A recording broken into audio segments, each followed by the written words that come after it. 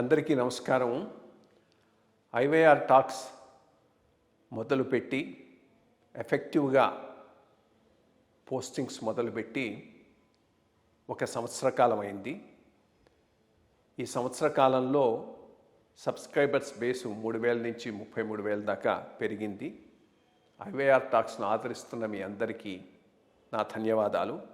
భవిష్యత్తులో కూడా ఇదే రకంగా ఐవైఆర్ టాక్స్ని మీరు ఆదరిస్తారని ఆశిస్తూ ఉన్నాను. Thank you. అందరికీ నమస్కారం. ఐవైఆర్ టాక్స్కు స్వాగతం. ఐవైఆర్ టాక్స్లో భాగంగా ప్రధానమైనటువంటి ప్రజలను కలవరపరుస్తున్నటువంటివి, ప్రజలకు అవసరమైనటువంటి అంశాల మీద ఆయా ఫీల్డ్స్లో నిపుణులైన వాళ్లతో చర్చించి ఐవైఆర్ టాక్స్లో ప్రసారం చేస్తూ ఉన్నాం. దీంట్లో భాగంగానే ఏపీపీఎస్సి ఎగ్జామ్స్ విషయంలో అంతకుముందు ఏపీపీఎస్సి చైర్మన్గా ఉన్న చిత్తరంజన్ బిస్వాల్ గారితో చర్చించి ఏం చేస్తే బాగుంటుంది, ఎట్లా పోతే బాగుంటుంది అనేటటువంటి అంశాన్ని ఐవైఆర్ టాక్స్లో భాగంగా ప్రసారం చేయడం జరిగింది. అదే రకంగా తిరుమలలో క్యూ వ్యవస్థ ఎట్లా ఉండాలి, ఏంది అనే దాని మీద నేను కూడా టీటీలో పనిచేశాను. అట్లాగే జేఈఓగా పనిచేసినటువంటి రాజు గారిని వారితో కూడా డిస్కషన్ చేసి వారి వ్యూస్ వాటిని కూడా ఐవైఆర్ టాక్స్లో భాగంగా ప్రసారం చేయడం జరిగింది.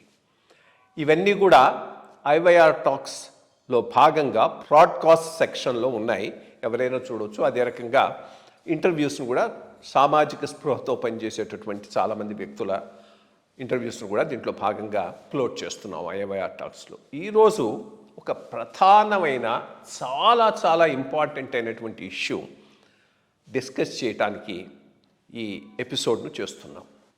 తెలంగాణలో కానీ ఆంధ్రాలో కానీ ప్రభుత్వాలనే మార్చేటటువంటి చాలా ప్రధానమైనటువంటి అంశం భూమి టైటిల్కు సంబంధించింది. భూమి హక్కులు, సివిల్ డిస్ప్యూట్సు, వాటిని ఎట్లా హ్యాండిల్ చేస్తున్నారు అనేటటువంటిది చాలా ప్రభావం. ఒక రకంగా లబ్ధిదారులుగా ప్రజలు చాలా అవస్థపడుతూ ఉన్నటువంటి అంశం ఏదైనా ఉందా అంటే అది భూమికి సంబంధించిన విషయం.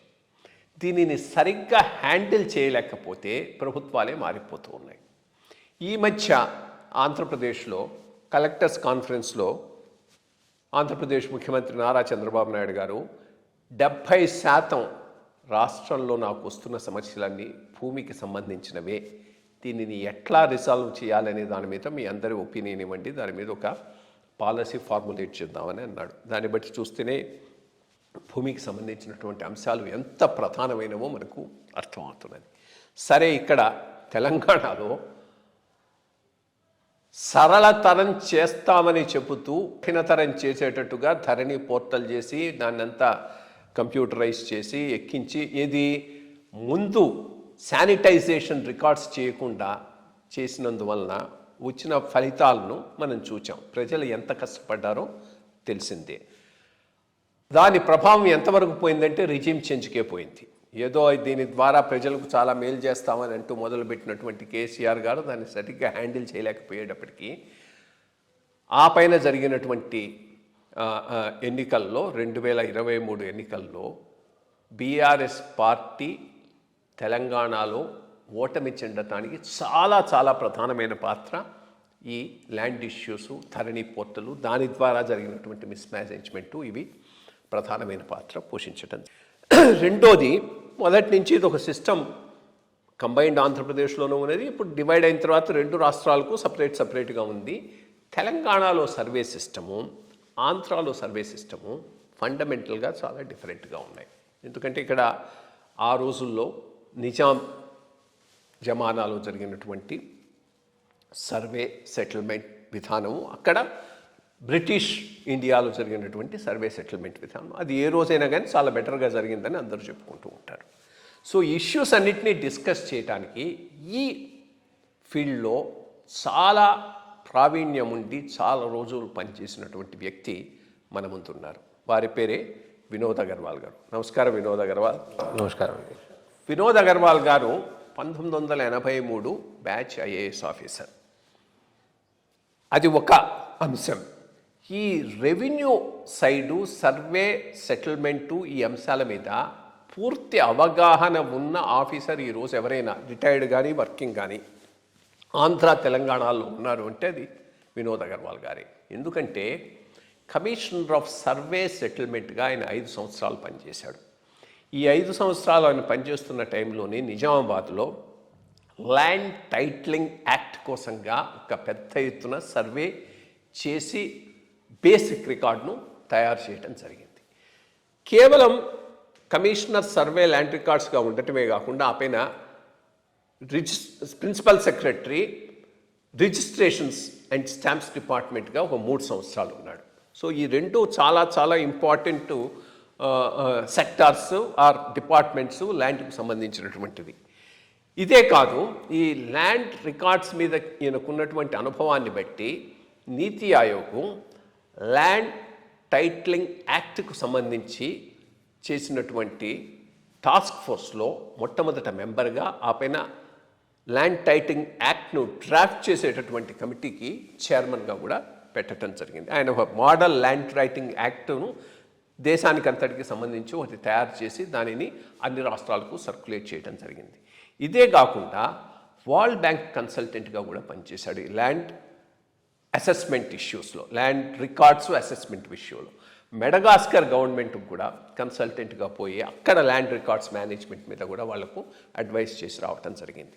ఇది ఈయన ప్రస్థానం. అంటే ఈ ఇష్యూ మీద ఎవరైనా అథారిటేటివ్గా మాట్లాడగలిగితే ఆ అథారిటేటివ్గా మాట్లాడటానికి కావలసినటువంటి డొమైన్ నాలెడ్జ్ ఉన్నటువంటి వ్యక్తి వినోద్ అగర్వాల్ గారు. అందుకని ఈ ఇష్యూ ఇది చాలా చాలా ఇంపార్టెంట్ ఇష్యూ, ప్రతిరోజు వస్తూనే ఉన్నది. ల్యాండ్ టైటిలింగ్ యాక్ట్ జరుగుతుంది, ప్రజల భూములన్నింటినీ కొట్టేస్తారు అనేటటువంటి ఒక అపోహ 2024 ఎలక్షన్స్లో చాలా ఇంపార్టెంట్ రోల్ ప్లే చేసింది ఆంధ్రప్రదేశ్లో రిజిమ్ చేంజ్లో. ఇక్కడ ధరణిలో అట్లాగే జరిగింది. సో ల్యాండ్కి సంబంధించిన ఇష్యూస్ సరిగ్గా హ్యాండిల్ చేయటం అనేటటువంటిది పొలిటికల్గా కూడా లీడర్షిప్కు చాలా అవసరం, లేకపోతే అది బూమ్రాంగ్ అయ్యేటటువంటి అవకాశం ఉంది. సో ఈ బ్యాక్గ్రౌండ్లో వినోద్ అగర్వాల్ గారు 83 బ్యాచ్ ఆఫీసరు. నమస్కారం. మనం ముందు దీన్ని ఎట్లా స్టార్ట్ చేద్దామంటే, అసలు బేసిక్గా ఈ ల్యాండ్ రికార్డ్స్ మేనేజ్మెంటు, ఈ సర్వే సెటిల్మెంట్ విధానాలు తెలంగాణలో ఎట్లా ఉన్నాయి, ఆంధ్రాలో ఎట్లా ఉన్నాయి, ఈ survey last settlement and survey last ఆంధ్రాలో ఎప్పుడు జరిగింది, తెలంగాణలో ఎప్పుడు జరిగింది, యునైటెడ్ ఆంధ్రాలో ఏమైనా జరిగిందా, and different lands like patta land ఒకటి, అట్లాగే ఎస్టేట్ ల్యాండ్ ఒకటి, ఈనామ్ ల్యాండ్ ఒకటి, గవర్నమెంట్ ల్యాండ్ ఒకటి, అసైన్డ్, వీటికి సంబంధించినటువంటి ఇష్యూస్ను బ్రీఫ్గా ఒక బ్రాడ్ పిక్చర్ ఇవ్వగలిగితే దాని ఇష్యూస్లోకి వద్దాం. నమస్కారం అండి, థ్యాంక్ యూ వెరీ మచ్. నాకు ఇక్కడ మీ అందరితో మాట్లాడే అవకాశం ఇచ్చిన దానికి కృష్ణారావు గారికి చాలా ధన్యవాదాలు. ఒకటి చూడాలంటే తెలంగాణలో Andhra area Madras presidency British government నుంచి రావడం జరిగింది. తెలంగాణ ఏరియా నైజాం స్టేట్ భాగంగా ఉండి తర్వాత ఇక్కడ ఆంధ్రప్రదేశ్లో యునైటెడ్ ఆంధ్రప్రదేశ్లో రావడం జరిగింది. ఆ రెండు డిఫరెంట్ ఏరియాస్ రావడం వలన, రెండు డిఫరెంట్ హిస్టరీస్ ఉండటం వలన వాళ్ళ land record systems for different. బేసిక్గా మనం చూడాలంటే డిఫరెన్సెస్ చాలా ఉన్నాయి. మనము వెళ్ళాలంటే ఒక 3-4 అవర్స్ టైం పడుతుంది. కాక ఇంపార్టెంట్ డిఫరెన్స్ ఏమంటే ల్యాండ్ సర్వే రికార్డ్ని మెయింటైన్ చేయటం డిఫరెన్స్. ఆంధ్ర ఏరియాలో ఏం చేస్తారంటే ఒక విలేజ్ని కాండంగా డివైడ్ చేసేసి ఒక 5 acres to 10 acresకి ఒక కాండం ప్రిపేర్ చేసి ఒక ఇండివిజువల్ ప్రాపర్టీ దానికి ఒక సబ్ డివిజన్ నెంబర్ ఇస్తారు. ఎప్పుడప్పుడు ప్రాపర్టీ ఫర్దర్గా సబ్ డివైడ్ అవుతుందో దానికి మళ్ళీ సబ్ డివైడ్ చేసేసి ఎఫ్ఎంబీలో కానీ విలేజ్ మ్యాప్లో కానీ దానికి ఇన్కార్పొరేట్ చేస్తారు. తెలంగాణ ఏరియాలో అటువంటి కాకుండా ప్రతి ఒక్క ప్రాపర్టీకి ఒక సర్వే నెంబర్ ఇస్తారు. ఆ ప్రాపర్టీ 1 ఎకరం కానివ్వండి, ఒక 100 acres కానివ్వండి, 200 acres కానివ్వండి, ఒక ప్రాపర్టీకి ఒక సర్వే నెంబర్ ఇచ్చేవాళ్ళు. అది సరే, కానీ దాని తర్వాత ఫర్దర్గా డివైడ్ అయినప్పుడు ఆ మ్యాప్లో దాన్ని సబ్ డివిజన్ ఇన్కార్పొరేట్ చేయకపోవటం అది చాలా ఇంపార్టెంట్ అది. దానివల్ల ఏం జరిగిందంటే రాను ఒక 100 years మన దేశంలో, మన రాష్ట్రంలోనే కాదు మన దేశంలో మొత్తమా లాస్ట్ సర్వే జరిగింది ఎప్పుడు 1890 to 1925 మధ్యలో జరిగినాయి లాస్ట్ సర్వే. ఆ కాలంలో ఒక 100 years దాటడంతో చాలా ప్రాపర్టీస్ డివైడెడ్ సబర్డిజైజ్ అయిపోయి దాని స్వరూపం మారిపోయింది. కానీ దానికి గవర్నమెంట్ రికార్డ్స్లో తెలంగాణ ఏరియాలో దాఖలాలు లేవు సబ్ డివిజన్ కాకపోవడం వల్ల. ఆంధ్ర ఏరియాలో పరిస్థితి అట్లా లేదు. సిస్టమ్ ప్రకారము పద్ధతి ప్రకారము ఆ సబ్ డివిజన్ ఇంక్రాప్ట్ చేయాలి.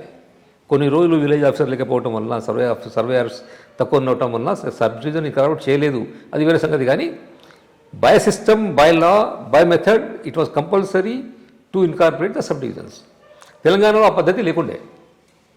కాబట్టి తెలంగాణ ఒక సర్వే నెంబర్లో ఒక 50 ఎకరాల భూమి ఉంటే దానిలో ఒక 50 మంది ఇప్పుడు సర్వే చేసుకుంటున్నారు, సాగు చేసుకుంటున్నారు. వాళ్ళందరికీ స్వామిత్వం ఉంది. కానీ 50 ఎకరంలో నాకు 1 ఎకరం ఉంది, దానికి ఒక గవర్నమెంట్ రికార్డ్స్లో ఏమీ దాఖలాలు లేవు. That is a big problem. దానివల్ల చాలా ఇష్యూస్ వస్తూ ఉంటున్నాయి. That is the basic issue. అక్కడ తెలంగాణ ఏరియాలో దాన్ని షేత్వార్ అని ఒక రిజిస్టర్ చెప్పేవాళ్ళు. అదే రిజిస్టర్ దానికి కన్కరెంట్ రిజిస్టర్ ఆంధ్ర ఏరియాలో డైగ్లాట్ అంటారు, పర్మనెంట్ రిజిస్టర్ అంటారు. అది ఇంచుమించు సేమ్ ఉంటుంది.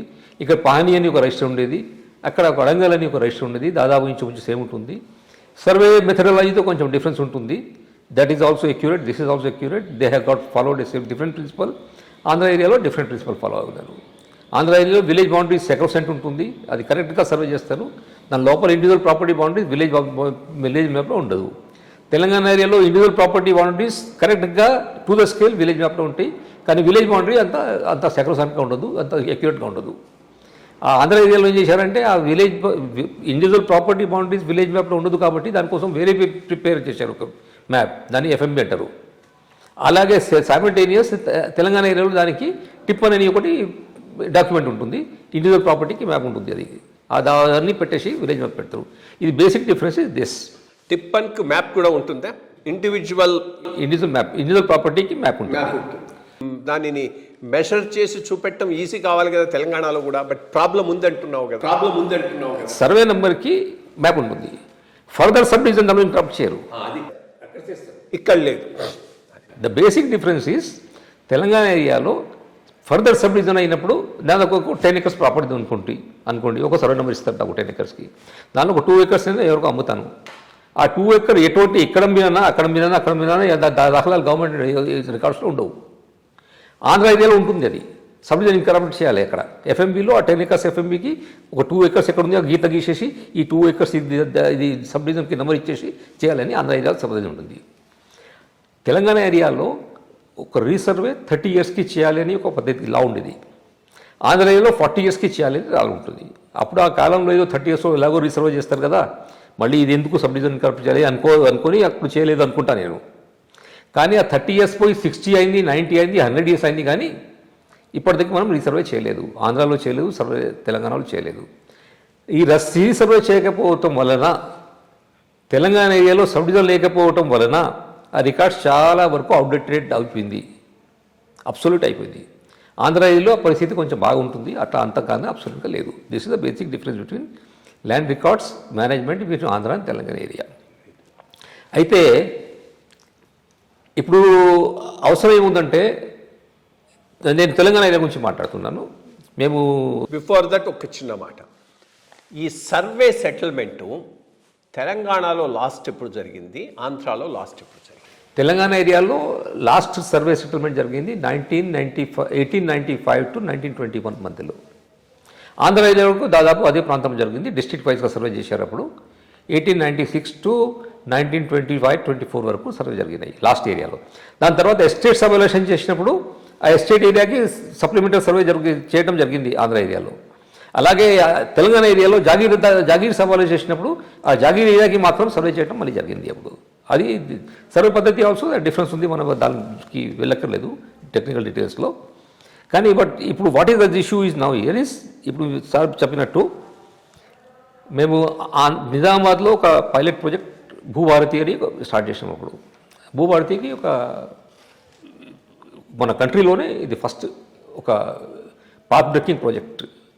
దానికి సమగ్రమైన ఆ సిస్టమిక్ చేంజెస్ రావాలని, ల్యాండ్ రికార్డ్స్ మనం ఈ ల్యాండ్ ఎట్లా చేస్తున్నామో సమగ్ర చేంజెస్ రావాలని ఆ ఉద్దేశంతో ప్రిపేర్ చేసిన ప్రాజెక్ట్ అది. దానికి ఫస్ట్ పార్ట్ మనము రీసర్వే చేసినాం మొత్తం. నిజామాబాద్ జిల్లాలో ఉన్నవి 922 విలేజెస్కి, రూరల్ ఏరియాస్కి అంటే అగ్రికల్చర్ ల్యాండ్స్ మొత్తంకి రీసర్వే కంప్లీట్ చేసినాం మనం. అడ్వాన్స్ టెక్నాలజీ పెట్టేసి అప్పుడు ఏరియల్ ఫోటోగ్రఫీ ఉండేది. ఏరియల్ ఫోటోగ్రఫీ చేసేసి దానికి గ్రౌండ్ ట్రూతింగ్ చేసేస్తే 1,35,000 ప్రాపర్టీస్ రికార్డులు అంతకుముందు ఉండేవి. అవి కొత్త సర్వే చేస్తే దట్ బికెమ్ 8,70,000 ప్రాపర్టీస్. అంటే ఆ సర్వే చేయకపోవడం వలన about 80% of property was not on records. So అదే మనం చూసుకుంటే దాదాపు only 20% of the property in Telangana area are on the records. అంటే దానికి ఒక మ్యాప్ ఉంది, దానికి ఒక ప్రత్యేకంగా సర్వే నెంబర్ ఉంది.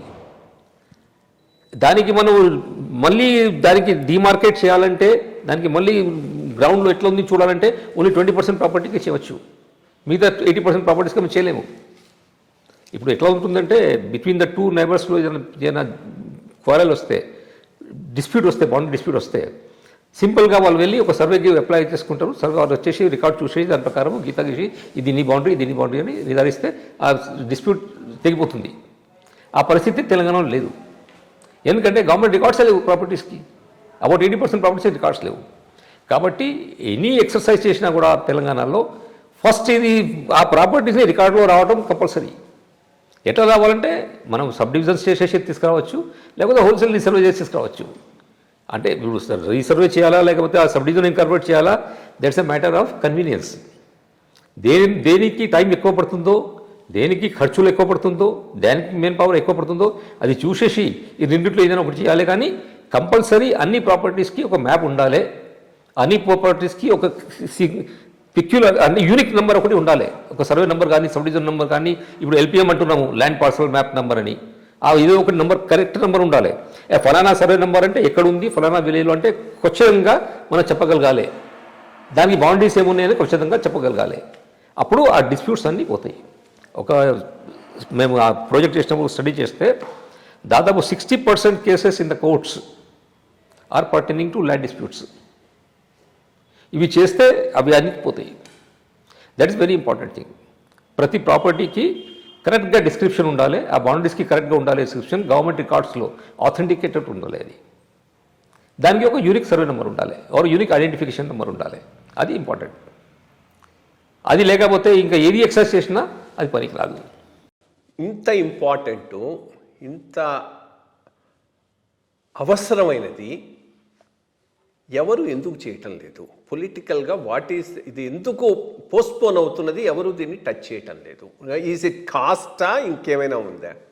అంటే దీనికి కొద్దిగా మనం దీని హిస్టరీకి వెళ్ళాలి. చెప్పండి.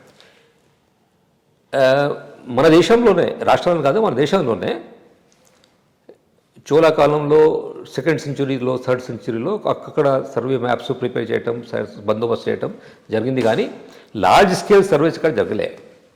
ఫస్ట్ లార్జ్ స్కేల్ సర్వే చేసింది 15th సెంచురీలో షేర్ షా సూరి అని ఒక ఢిల్లీలో శాసకుడు ఉన్నప్పుడు, కింగ్ ఉన్నప్పుడు, వారు ఒక్కొక్క రెవెన్యూ మినిస్టర్ ఉండే రాజా టోడర్మల్ అని.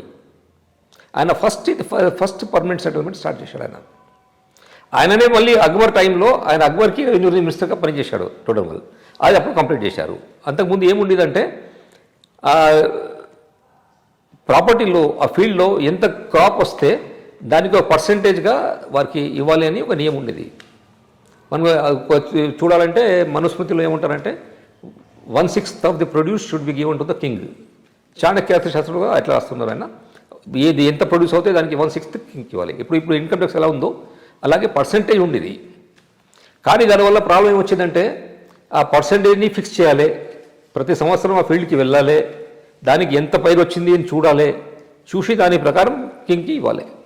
అదంతా పెద్ద ఎక్సర్సైజ్. అది ఎవ్రీ ఇయర్ చేయాలి. అది దానిలో ఏమవుతుందంటే కొందరు సేవ్ చేయడానికి ప్రయత్నం చేయటము, అది కొన్ని ఆ ప్రాబ్లమ్స్ ఉండేవి. ఇంకో ప్రాబ్లం ఏమంటే నేను నా శ్రమ వలన నేను ఎక్కువ పని చేసేసి ఎక్కువ పండిస్తే ఆ రాజుకి ఎక్కువ ఎందుకు ఇవ్వాలి? ఆర్ కన్వర్ట్స్గా చూడాలంటే ఎవరో ఒకరు లేజీగా ఉండి ఆయన పని చేయకపోతే రాజుకి ఆయన ట్యాక్స్ ఎందుకు పోగొట్టుకోవాలి?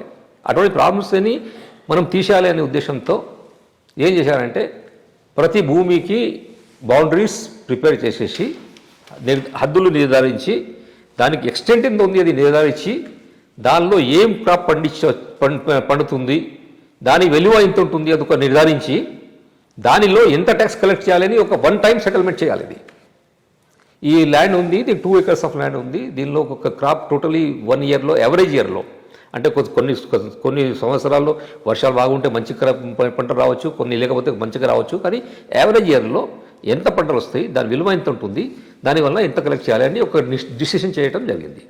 దాన్నే మనం శిస్తు అంటాము. అది ఒక రికార్డులో ప్రిపేర్ చేసి పెట్టడం జరిగింది. This is the basis of the necessity of the revenue record prepare చేయడం జరిగిందంటే దీనివల్ల రావడం జరిగింది. అంతకుముందు రెవెన్యూ రికార్డ్స్ అన్నీ ఉండకపోయేది కాదు. Now this survey records are prepared for the purpose of collection of land revenue కదా. అప్పుడు ఆ కాలంలో రాజులకి ల్యాండ్ రెవెన్యూ అంటే ఒక ఇంపార్టెంట్ సోర్స్ ఆఫ్ రెవెన్యూ, అది most important source of revenue land revenue. అప్పుడు ఈ సెల్ ట్యాక్స్ గిల్ ట్యాక్స్ అంతా ఉండేది, ఎక్సైజ్ డ్యూటీ అంతా ఉండేది కావు. కానీ రాను రాను ఎట్లా జరిగిందంటే కాలం మారింది, ఎకనామీ కొంచెం ప్రోగ్రెస్ అయింది. ఇప్పుడు అవి అన్నీ అదర్ సోర్సెస్ ఆఫ్ ఇన్కమ్ చాలా పెరిగిపోయింది, ల్యాండ్ రెవెన్యూ చాలా గౌణంగా అయిపోయింది. ఎట్లయిపోయిందంటే ఒక వన్ పాయింట్ ఆఫ్ టైం వాళ్ళు ఏం చేశారంటే ఆ ల్యాండ్ రెవెన్యూ ఎంత వస్తుందో ఆ కలెక్షన్కి మనం పెట్టే ఖర్చు దానికంటే ఎక్కువ ఉంటుంది అని కొన్ని స్టేట్ గవర్నమెంట్స్ ల్యాండ్ రెవెన్యూ మొత్తం తీసేయడం జరిగింది. Because the purpose of preparation of land record is collection of land revenue. Land records prepare చేయడానికి దానికి మూలభూతమైన ఆధారం ఏమంటే దానికి రెవెన్యూ కలెక్ట్ చేయాలి అని ఒక ఉద్దేశం ఉంది. ఆ ఉద్దేశమే పోయినప్పుడు ఆ రికార్డ్స్ ఇంపార్టెన్స్ లేకున్నట్టు చాలా గవర్నమెంట్ వల్ల భావించుకున్నారు. అట్లా ఉన్నప్పుడు మనం ల్యాండ్ రికార్డ్ సర్వే చేయాలంటే అంత ఖర్చులు ఎందుకు పెట్టాలి, దానికి పెద్ద మ్యాన్ పవర్ కావాలి, దానికి పెద్ద గొడవలు వస్తాయి, పాత రికార్డ్కి కొత్త రికార్డ్స్కి రాకపోతే దానికి ఎంతో హౌ టు సెటిల్ ఇట్, అవన్నీ ప్రాబ్లమ్స్ ఉంటే వలన దానికి భయపడి అంతా ఎందుకు చాలి నడుస్తుంది కదా నడుచుకొని అని అట్లా వెళ్తూ సర్వే చేయడం జరగలేదు. యాక్చువల్లీ చూడాలంటే 1921-25లో చేసిన సర్వే దాని ప్రకారం 40-45లో మళ్ళీ సర్వే జరగాలి. 1890 నుంచి డిస్ట్రిక్ట్ వైజ్గా స్టార్ట్ అవుతే అప్పుడు వరల్డ్ వార్ ఫస్ట్ వచ్చింది, సెకండ్ వరల్డ్ వార్ వచ్చినప్పుడు బ్రిటిష్ వాళ్ళు చేయలేదు.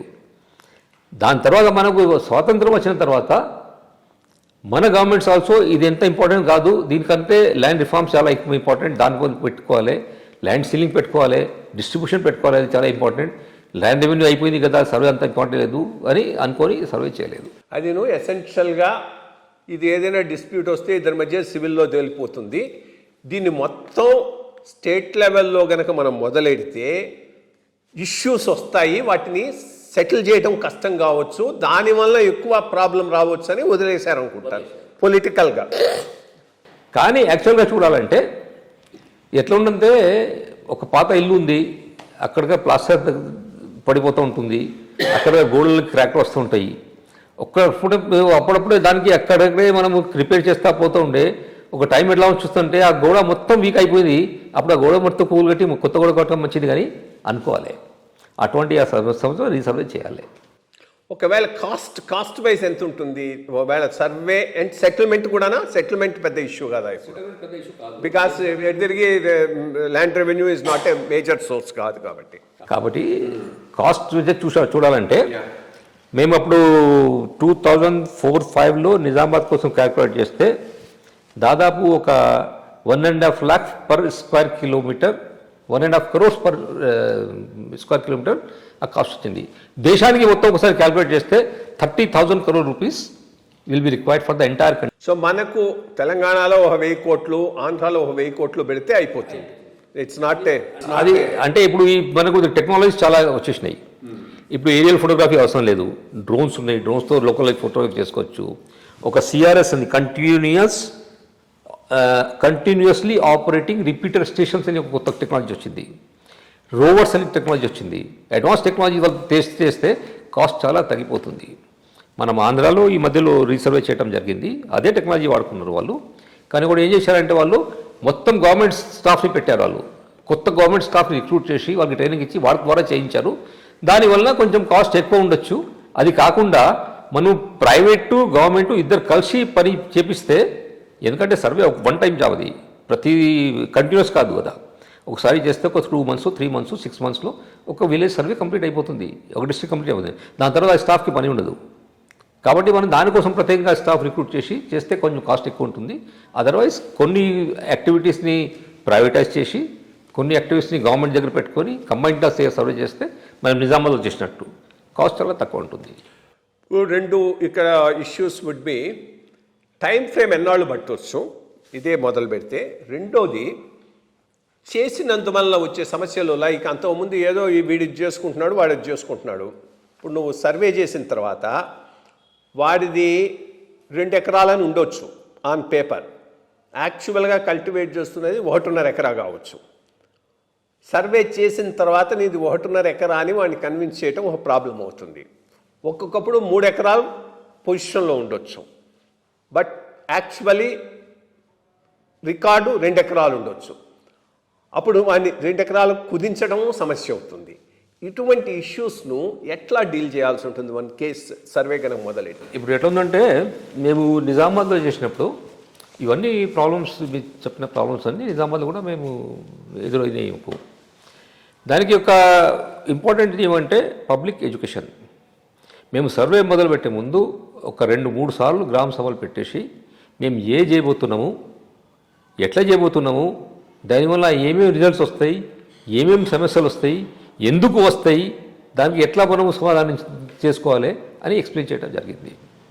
ఒకసారి పీపుల్కి అంతా ఎక్స్ప్లెయిన్ అయిపోతే ఆ సర్వే చేసినప్పుడు ఆ భూస్వామి ఎవరున్నారో ఆయన నైబర్ ఎవరున్నారో ఆ ఇద్దరు ఉండాలి. ఇద్దరు కలిసి ఇది నా బౌండరీ అని చూపించాలి. ఆ బౌండరీ మనం ఫోటోగ్రాఫ్లో రికార్డ్స్లో ఇన్కార్పొరేట్ చేస్తాము. దాని తర్వాత ఎక్స్టెండ్ క్యాలిక్యులేట్ చేసి అక్కడ డిస్ప్యూట్ వస్తే ఏం చేస్తాం? అక్కడ బౌండరీకి డిస్ప్యూట్ జనరలీ రాదు. వచ్చినప్పుడు దానికి మనం మెకానిజం ప్రిపేర్ చేసినాము. ఒక మెకానిజం ప్రిపేర్ చేసినట్టు ఒక 3 స్టేజ్ మెకానిజం చేసినాము. ఫస్ట్ ఒక విలేజ్లో ఒక ఎల్డర్స్ కమిటీ అనేది ఫామ్ చేసినాము. 2-3 పెద్దలు విలేజ్లో కూర్చుండి ఇది ఎవరి మాట కరెక్ట్, ఎవరు కాదు, ఇది బాగుండు, ఇది కాదు, ఇది అని కరెక్ట్ చేస్తారు. దాదాపు ప్రతి చోటు అక్కడ ఏదో ఒక గట్టు ఏదైనా ఉంటుంది. లేకుండా చోటు అటువంటి ప్రాబ్లం రావచ్చు. ఆయన అంటాడు నా బాగుండు ఇక్కడ వరకు నేను అన్నట్టు, అప్పుడు ఆ పెద్ద మనుషులు కూర్చుండి అక్కడ డిసైడ్ చేయడం. అది సాల్వ్ కాకపోతే మళ్ళీ ఆ రెవెన్యూ ఇన్స్పెక్టర్ దగ్గర కానీ తహసీల్దార్ దగ్గర కానీ వాళ్ళిద్దరిని నీ డాక్యుమెంట్స్ తీసుకురా అయిన సంగతి చెప్పేసి ఆ సర్వే పంపించి పాత రికార్డ్స్ ప్రకారం కొలతలు చేసి నీ బాండ్ ఇంతవరకు నిర్ధారించి దాన్ని ఇన్కార్పొరేట్ చేయడం జరుగుతుంది. అది అటువంటి దానికి పద్ధతులు ఉన్నాయి మనకు. కానీ ఇవి ఎక్స్టెంట్ గురించి చెప్పారంటే ఇప్పుడు మీరు ఆ ఎక్స్టెంట్లో తేడా వస్తే ఎట్లా చేయాలని దానికి ముందే మనం ఎక్స్ప్లెయిన్ చేసినాము. ఆ తేడా ఎందుకు వస్తుంది, దానికి 3-4 రీజన్స్ ఉండొచ్చు. ఒకటి ఏమంటే అప్పట్లో అంత ప్రిసిషన్గా సర్వే జరగలే. అక్కడ ఇన్స్ట్రుమెంట్ అప్పుడు 100 years బ్యాక్ ప్రిసిషన్ ఇన్స్ట్రుమెంట్ లేకుండే. ఆ చైన్ పట్టుకొని లాగటం, కొంచెం ఎక్కువ లాగితే ఎక్కువ రావటము, తక్కువ లాగితే తక్కువ రావటము, అటువంటి ఇష్యూస్ ఉండేవి. రెండోది ఆ రికార్డ్స్ ప్రిపేర్ చేయడంలో మాన్యువల్గా చేశారు కాబట్టి కొన్ని తప్పులు జరిగి ఉండొచ్చు. ఇవి 2 ఉంటాయి. లేకపోతే మూడోది మనం అనుకుంటున్నాముకి నా దగ్గర నాకు 3 acres భూమి ఉంది, మా ఫాదర్ మా నాన్నగారు 3 ఎకరాలని చెప్పినారు, మా తాతగారు 3 ఎకరాలని చెప్పినారు. ఎప్పుడుగా కొలలే. యాక్చువల్ 3 ఉందా, 2.5 ఉందా, 3.5 ఉందా, కొలలే. ఇప్పుడు కొలుస్తున్నాము కాబట్టి డిఫరెన్స్ రావచ్చు. బౌండరీస్ కరెక్ట్గా ఉన్నప్పుడు ఆ డిఫరెన్స్ వస్తే ఆయన ఎక్స్ప్లెయిన్ చేయాలి. అయ్యా నేను అర ఎకరం భూమి పోయింది, ఎక్కడ పోయింది, నాకు ఇవ్వండి అంటే నువ్వు చెప్పు, నీ బౌండరీస్ ప్రకారం చూపిస్తున్నాం కదా. అప్పుడప్పుడు ఎట్లా అవుతుంటే నా ప్రాపర్టీలో ఒక ఎకరం తగ్గింది, నా పక్క ఉన్న దానిలో 1.5 ఎకరం పెరిగింది. కాబట్టి క్లియర్గా ఒక ఇక్కడి నుంచి అటు పోయిందంటే క్లియర్గా మనకు తెలుస్తుంది.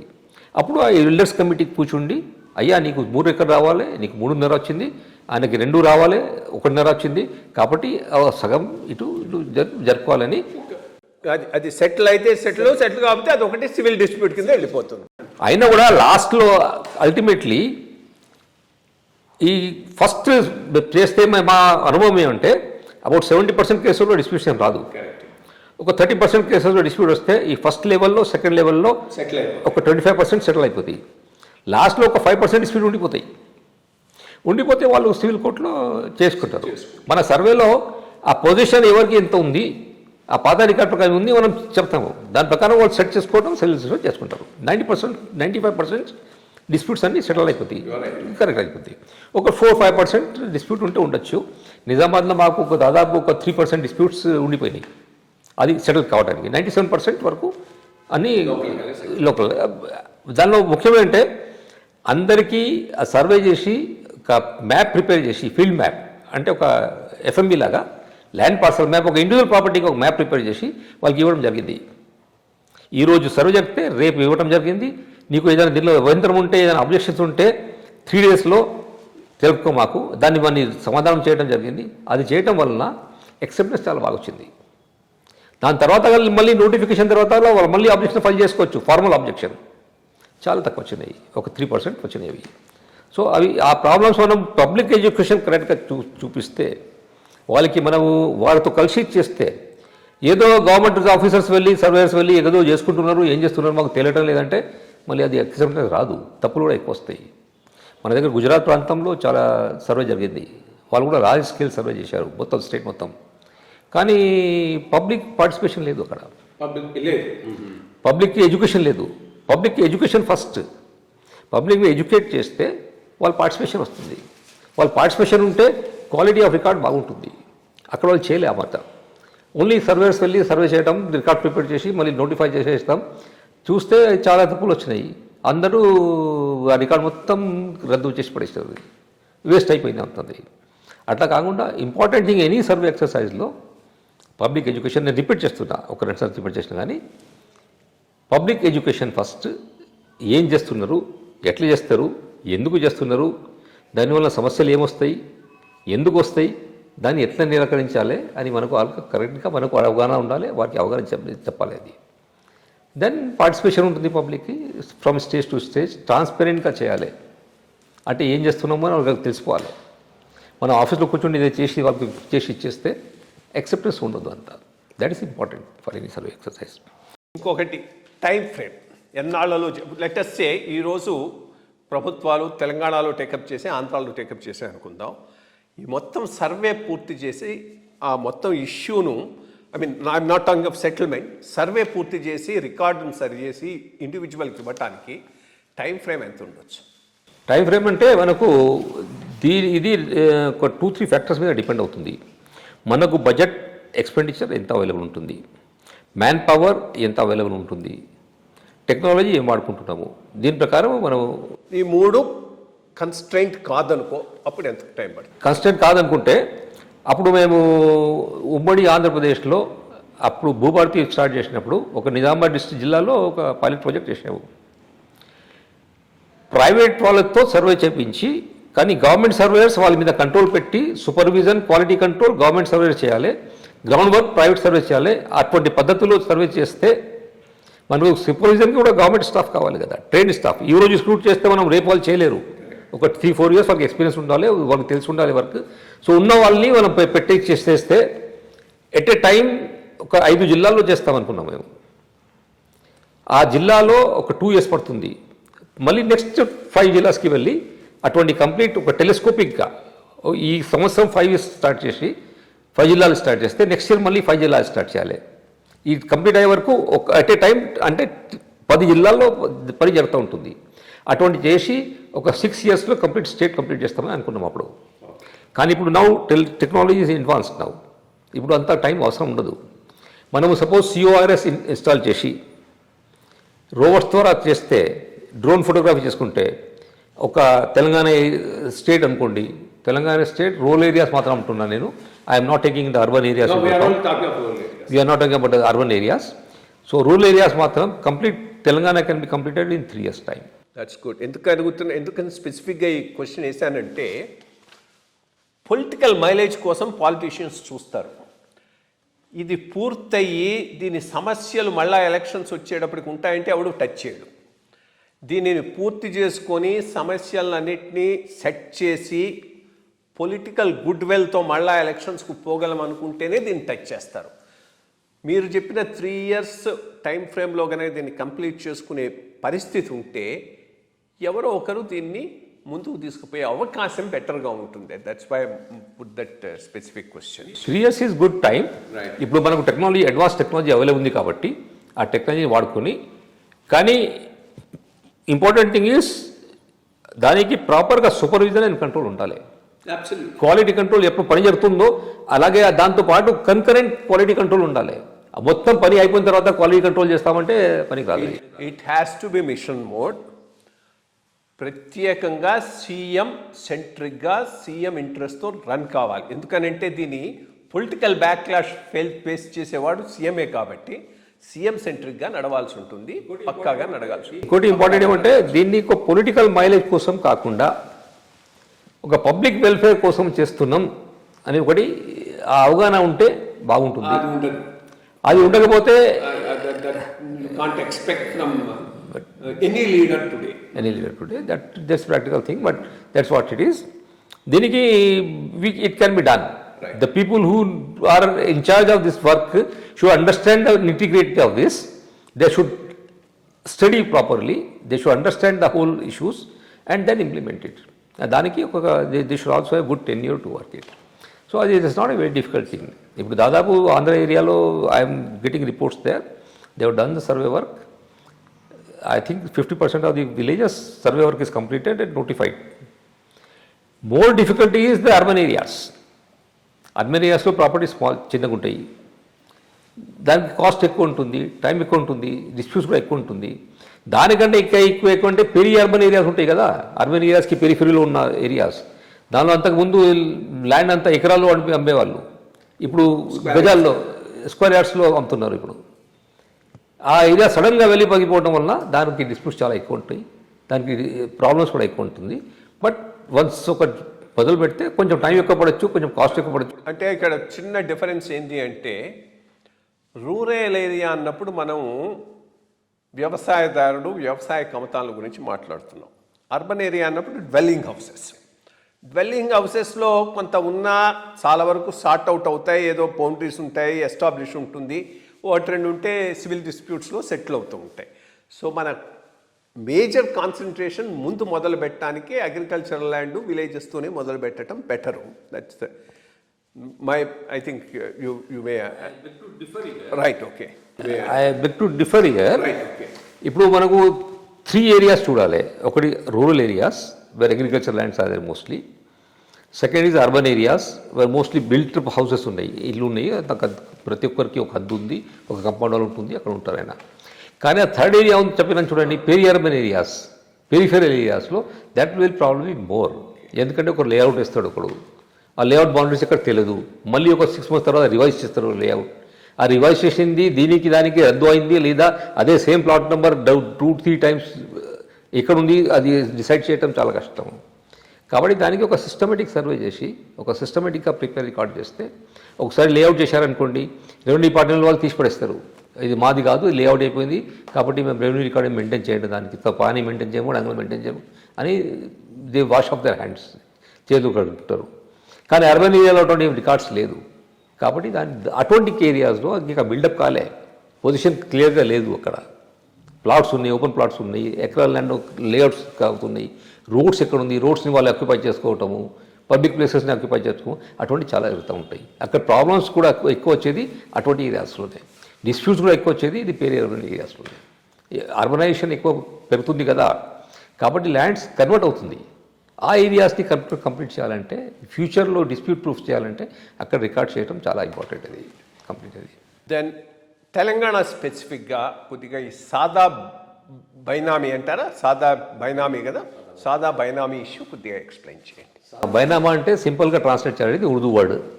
బైనామా అంటే సెల్ డీడ్, సింపుల్గా బై అంటే అమ్ముటము, బైనామా అంటే ద సెల్ డీడ్ అంతే. సాదా అంటే simple sale deed, unregistered sale డీడ్ని సాదా బైనామా అని అంటాం మనం దాని ఉర్దూలో. That's a very grey area.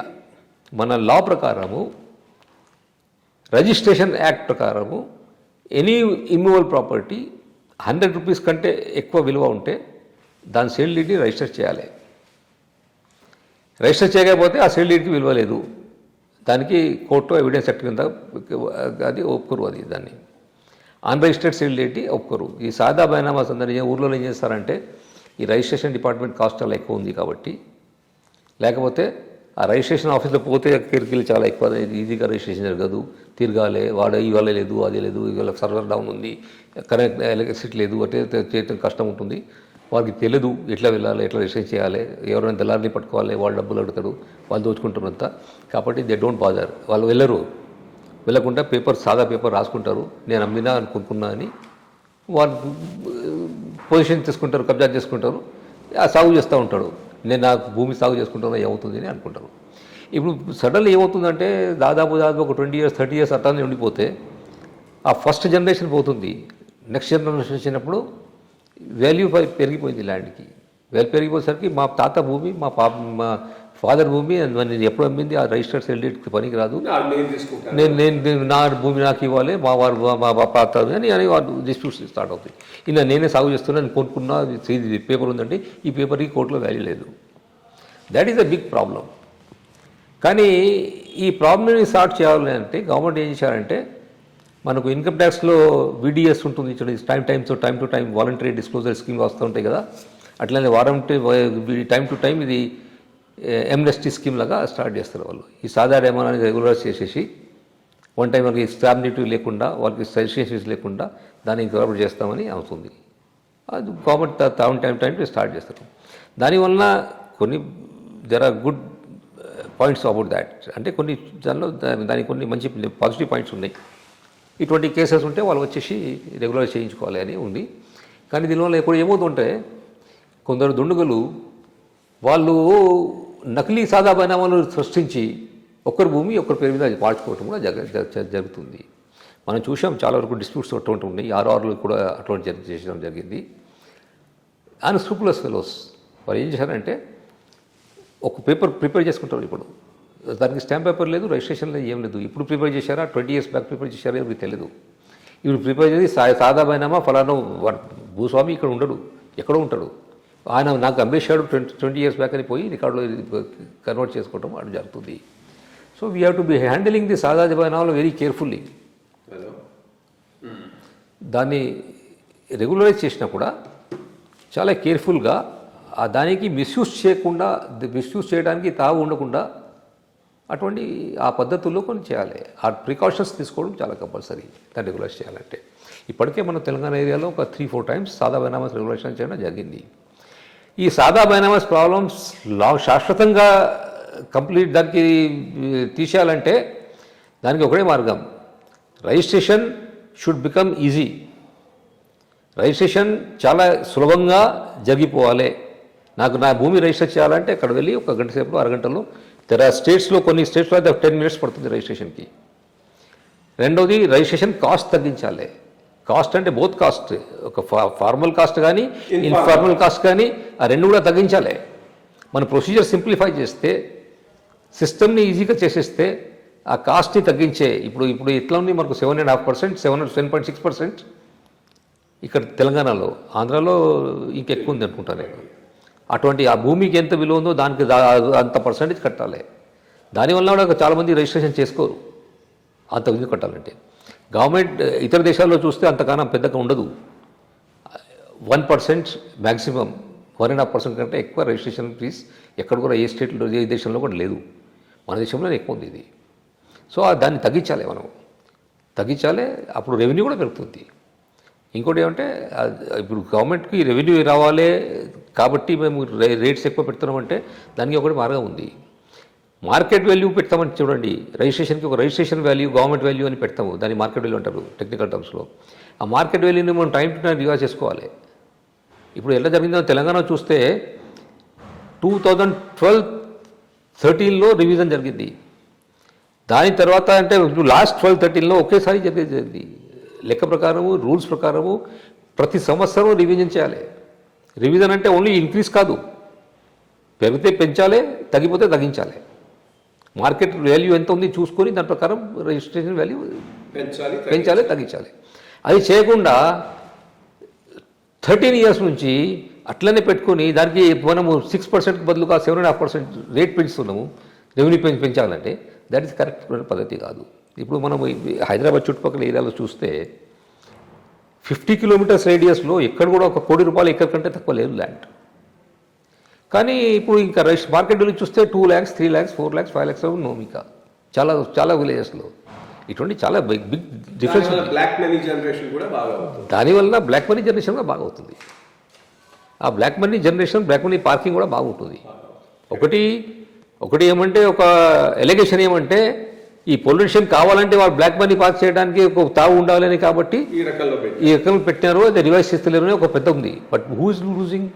Public Exchequer is losing. అదే మనము ఒక కోటి రూపాయలకి, కోటి కాదు 80 లక్షలు పెట్టినా కూడా ఒక 6% కాకుండా 1% ఇస్తే 80,000 వస్తుంది. ఇప్పుడు 4 lakhs పెట్టి 6% పెడితే కూడా ఎంత వస్తుంది? 2 lakhs 20,000 రాదు. కాబట్టి నా చెప్పడం తాత్పర్యం ఏమంటే మార్కెట్ వాల్యూని రేషనలైజ్ చేయాలి, టైం టు టైం దాన్ని మాడిఫై చేయాలి, రిజిస్ట్రేషన్ ఫీజ్ తక్కువ ఉంచాలి, పెట్టుకోవాలి. అప్పుడు చాలామంది రిజిస్ట్రేషన్కి వస్తారు. ఈ సాదా మైనస్ ప్రాబ్లంగా పోతాయి. రిజిస్ట్రేషన్ ప్రాసెస్ని ఈజీగా చేయాలి. Everybody should be able to go and do it. ఇమీడియట్గా చేయించగలిగితే ఆ పద్ధతులు చేయాలి. కొన్ని స్టేట్స్లో ఉన్నాయి, కొన్ని మంచి ప్రాక్టీసెస్ ఉన్నాయి, మనం చూసి ఇంప్లిమెంట్ చేసుకోవచ్చు. అది